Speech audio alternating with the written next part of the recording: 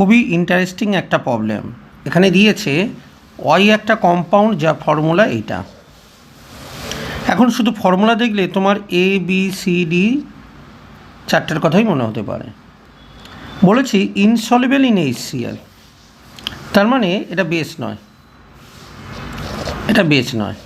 এটা বুঝলাম। H2O মানে হাইড্রোকার্বন অনেক রয়েছে। দেখো সবগুলোরই দেখো হাইড্রোকার্বন অনেক, কার্বন এবং হাইড্রোজেন দেখো অনেক, সবগুলো স্ট্রাকচারেই।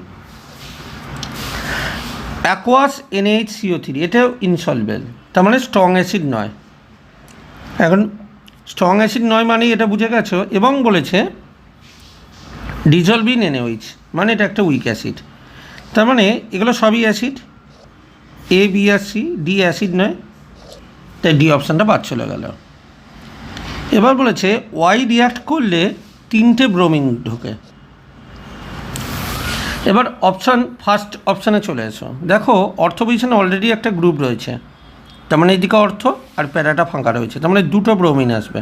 রিয়াকশান করলে 2খানা ব্রোমিন আসবে, কিন্তু 3টে আছে, তাই এই অপশানটা বাদ চলে গেল।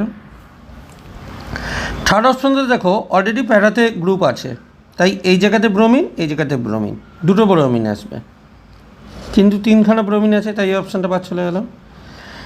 এবার দেখো বি অপশানটার মধ্যে 2টো অর্থ আর প্যারাটা ফাঁকা রয়েছে, তার মানে ব্রোমিনের সঙ্গে রিয়াকশান করলে 3 জায়গাতেই ব্রোমিন আসতে পারে। ঠিক,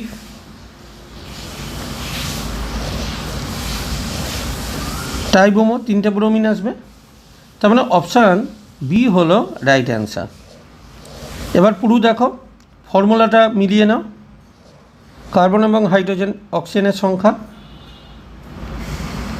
এবং এটা একটা অ্যাসিড, তাই জন্য NaOH সঙ্গে সলিউবল, এবং এটা একটা উইক অ্যাসিড। এই 3টে NO2 থাকতো তখনই কেবলমাত্র বাইকার্বনেটে সলিউবল হতো বা কার্বক্সিলিক অ্যাসিড হয়।